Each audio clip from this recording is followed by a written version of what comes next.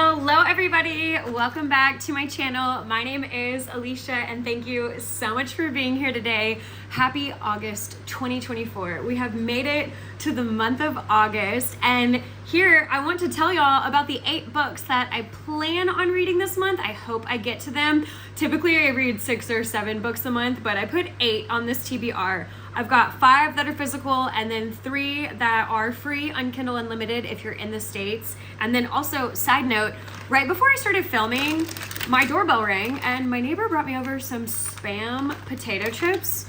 Has anyone ever had this flavor? I had no idea this was one of the strange flavors of potato chips, but Spam, that sounds really good. Also, my boy cat always likes to make appearances in my videos. He's right here. I know you can't see him, but he is right there. So anyways, let's just get into the 8 books that I want to read in the month of August. Book number 1 on my August TBR is a little bit of a cheat. I'm carrying it over from my July TBR because I didn't get to this one last month.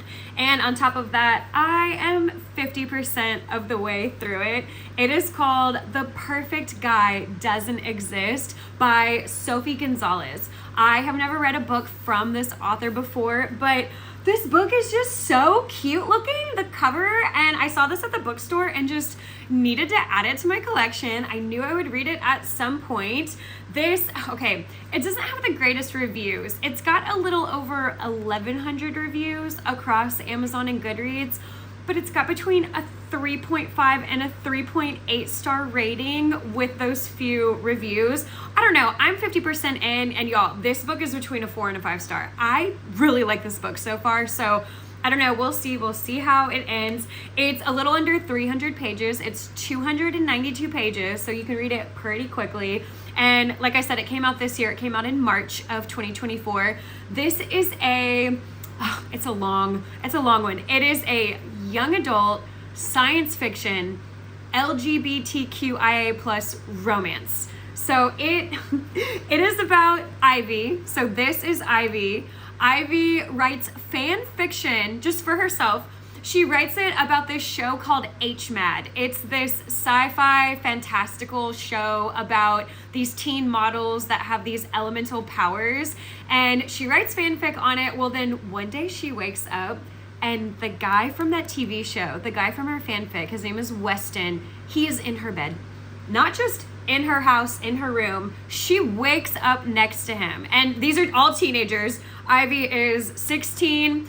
Not sure how old Weston is. I think he's 16 or 17. Everybody's very young. I mean, it's a young adult, but she can't figure out why he's there. At first she thinks maybe he's the actor that plays Weston, and then she's thinking maybe this is just someone cosplaying as Weston. But as the days go on, she starts to realize, oh my goodness, this is the actual fictional character come to life in my bedroom, and he's acting the way that she has written him in her fan fiction. He's not acting like the character from the TV show. He's acting the way that she wrote him. And so he's trying to play up the whole soulmates trope and then also the enemies to lovers trope. It is so funny. I think this book is so cute. Well, Ivy has a best friend named Henry, and so she ropes Henry into helping her get this guy out of her house because Ivy's parents are out of town. They're gone for 5 days, so she's got 5 days to figure this out.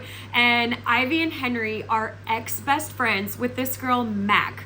But Mac is neighbors with Ivy, and so Mac starts to figure out what is going on with this guy being over at Ivy's house. And so Mac kind of gets roped into helping Ivy and Henry figure out how to get Weston back into his TV show and really trying to figure out how he became a 3-dimensional human. How did he end up in this real world?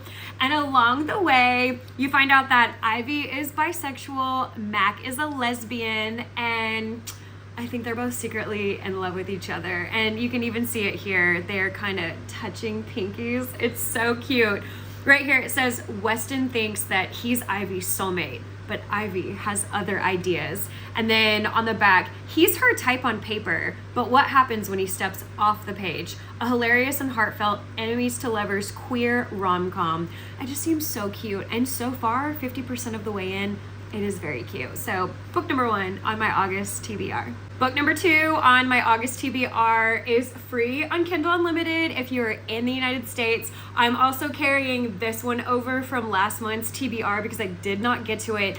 This has been on my Kindle for so long. You can have 20 books in your library. This is one of the first ones. And so I'm trying to get through my Kindle backlist, and I want to read this book. It's been on my Kindle library, or in my Kindle library, for about a year now. So this is called The Last One by Will Dean.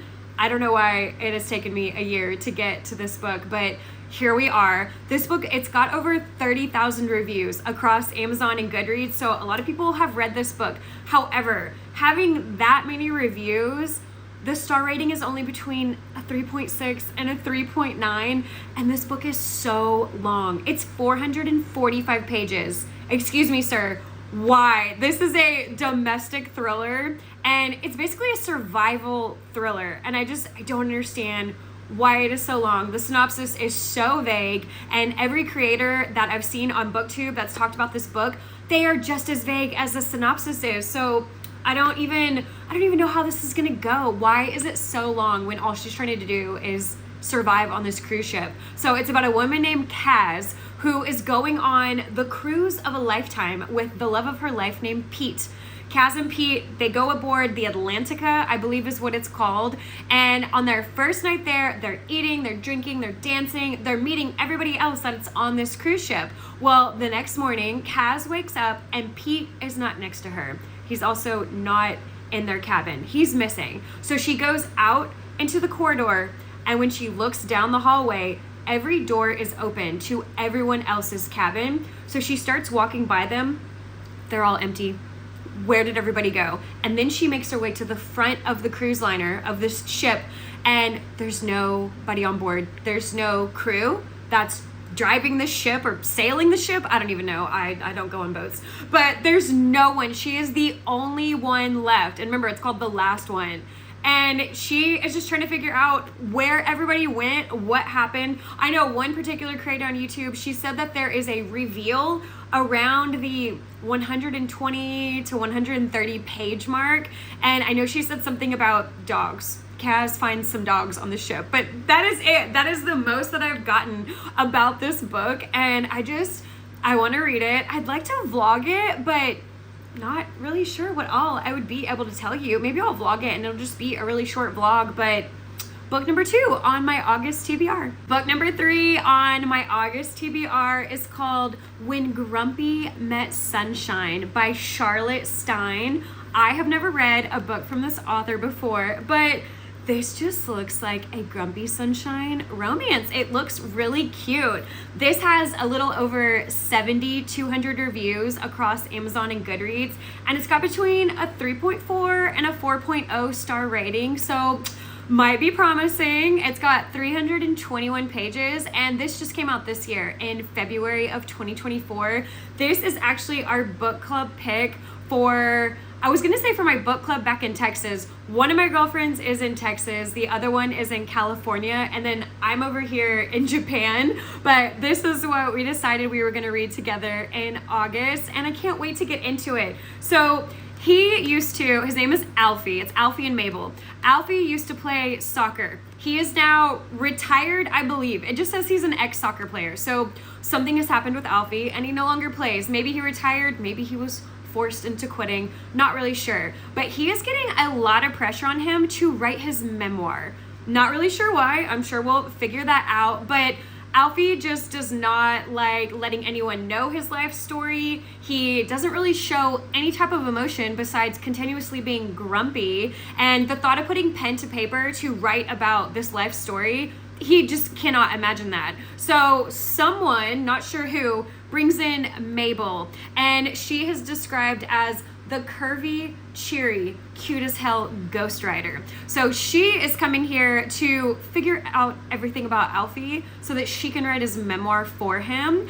And I guess along the way, all they do is banter and bicker, and they are constantly at odds, but she is figuring out so much about him. And so she is able to write this memoir, and it's going pretty well, even though all they do is semi-fight. Well, one day they're out in public and they get mistaken as a couple.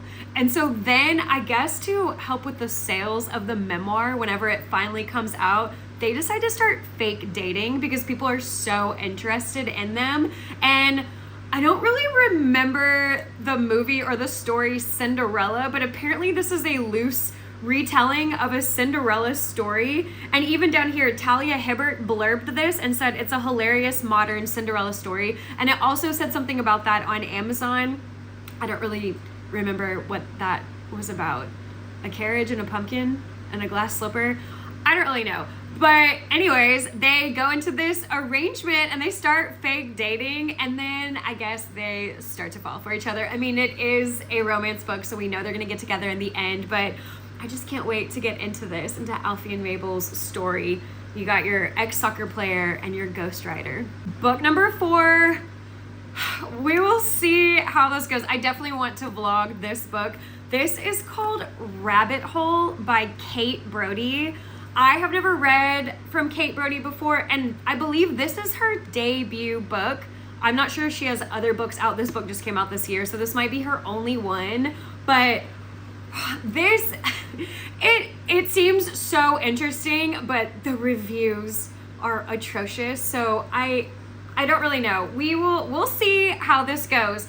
It has a little bit over 4,400 reviews across Amazon and Goodreads, but y'all, it has between a 3.1 and a 3.4 star rating, and they're not good reviews, but I am so intrigued by this premise. And now that I know what some of the reviews are saying, I'm just gonna go in with no expectations. I don't know, I still can't wait to read this book. It's pretty lengthy, it's 374 pages. It's also really big. And like I said, it came out this year. It came out in January of 2024. This is a mystery. So this is about a woman named Theodora. She goes by Teddy.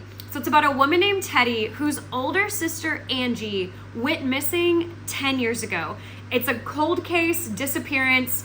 The police have closed it. No one knows what happened. No one knows where Angie is, where she could be.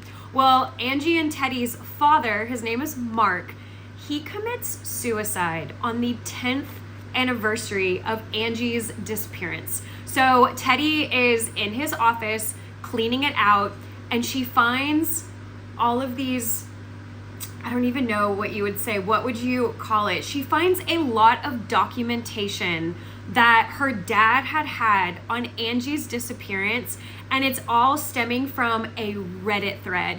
There is a Reddit thread out there, and it is with all these people just trying to all figure out collectively what happened to Angie, where Angie went. And that sends Teddy down the rabbit hole because something must have happened. Something must have been figured out because her father commits suicide on the 10th year anniversary of Angie's disappearance. Why? What happened? And it just sends Teddy into this spiral, and then she starts getting into hot water with her gun-toting boyfriend, her long-lost brother, and then her colleagues at this prestigious high school where she teaches English. And then on top of that, there's another character, a woman named Mickey, who comes knocking on Teddy's door saying, I can help you figure out what happened to your older sister, Angie. And those two end up being in this volatile female friendship relationship, and it just gets really strange. And then Teddy just starts, I don't know, going through, it's like a fever dream. She can't figure out fact from fiction and what happened in real world versus what is a messed up memory that she thinks that she's having. It seems so fascinating. I cannot wait to read this book, but the reviews are so bad. And a lot of them just say that this is a character study on Teddy and her grief. All the reviews just complain that the whole book is just Teddy grieving over her sister, and the mystery of finding out what happened to her sister is in the background of the book. And so people just didn't like that. They thought it was really boring. Also, the trigger warnings for this book are intense. I will see if I can find them again and put that on the screen for y'all, because I don't want to say them all out loud. I don't want to get in trouble with YouTube. I mean, we know her father unalives himself. We're aware of that. And then what was another one?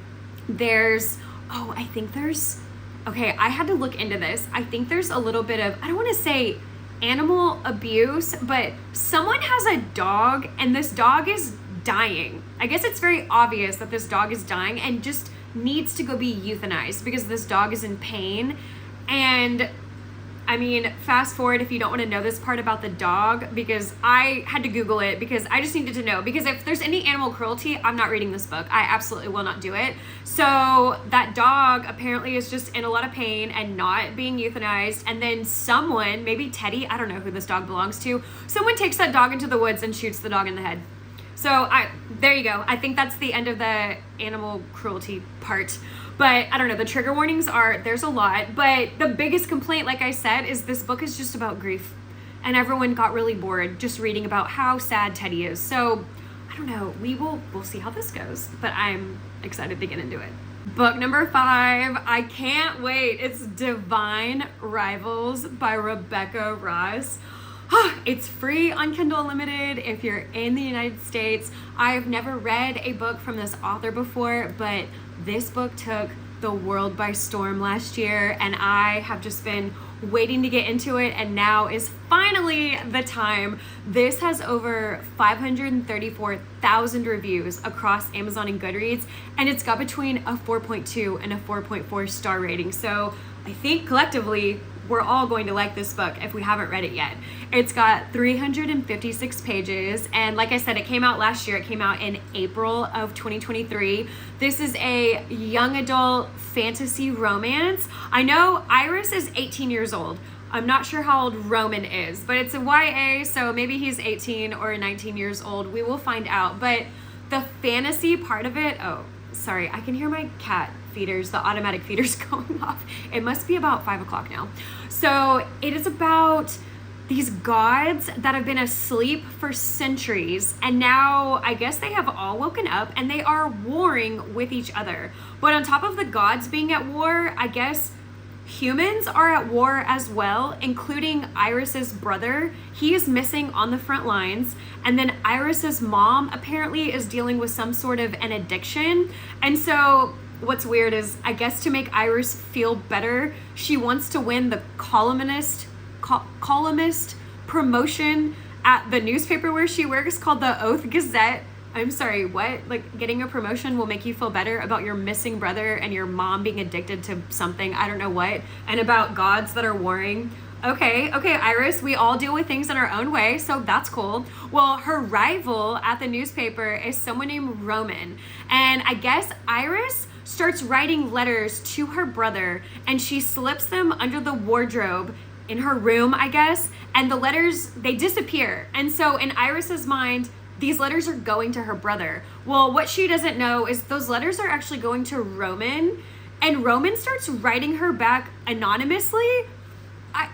I mean, does Iris think her brother is responding to her, or does Iris just think she has a pen pal and she doesn't know who it is? Not quite sure, but they form this connection over these letters. So I'm not sure if we're gonna get the letters in the book. Is this an epistolary romance? I'm not sure, but I can't wait to get into this book. I mean, it just seems really cute. They're budding romance, so we will see. Just all of the reasons behind some of the things just seem strange, but let's just see how this book goes. Book number 6 on my August TBR is called The Little Tea Shop in Tokyo by Julie Kaplan. I have never read a book from this author before, but I live about an hour away from Tokyo, and so when I saw this book at the foreign language bookstore, I thought, I need to have this. However, this is book 6 out of 12 in the Romantic Escapes series, so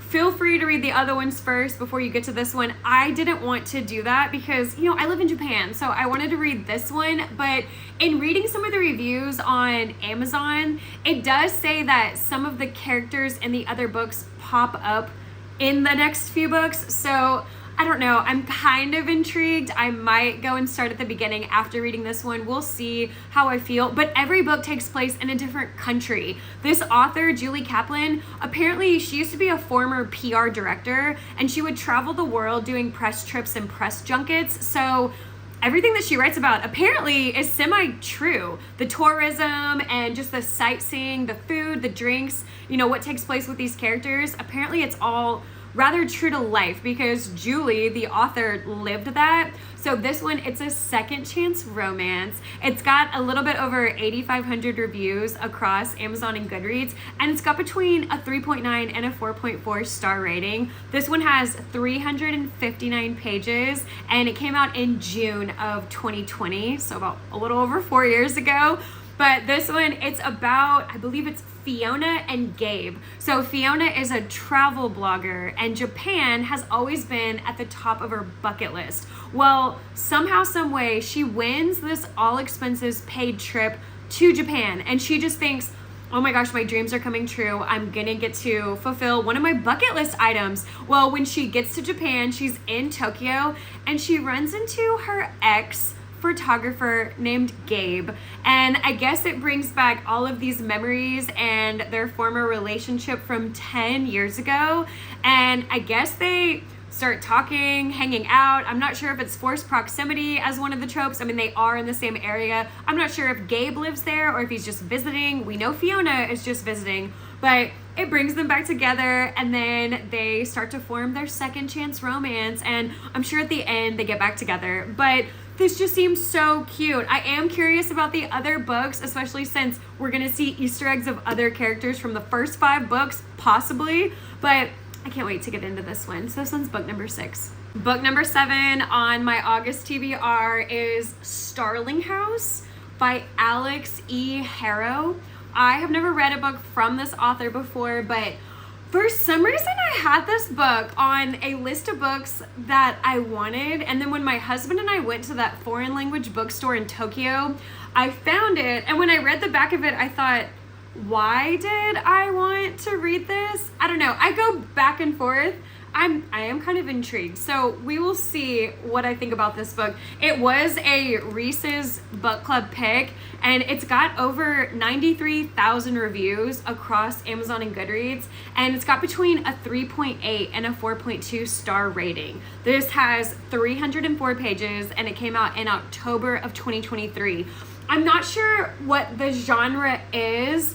It's like magical realism meets dark fantasy horror, so we'll see. I usually can't handle dark or horror books, so I don't know. That's the part that kind of makes me excited but also makes me afraid.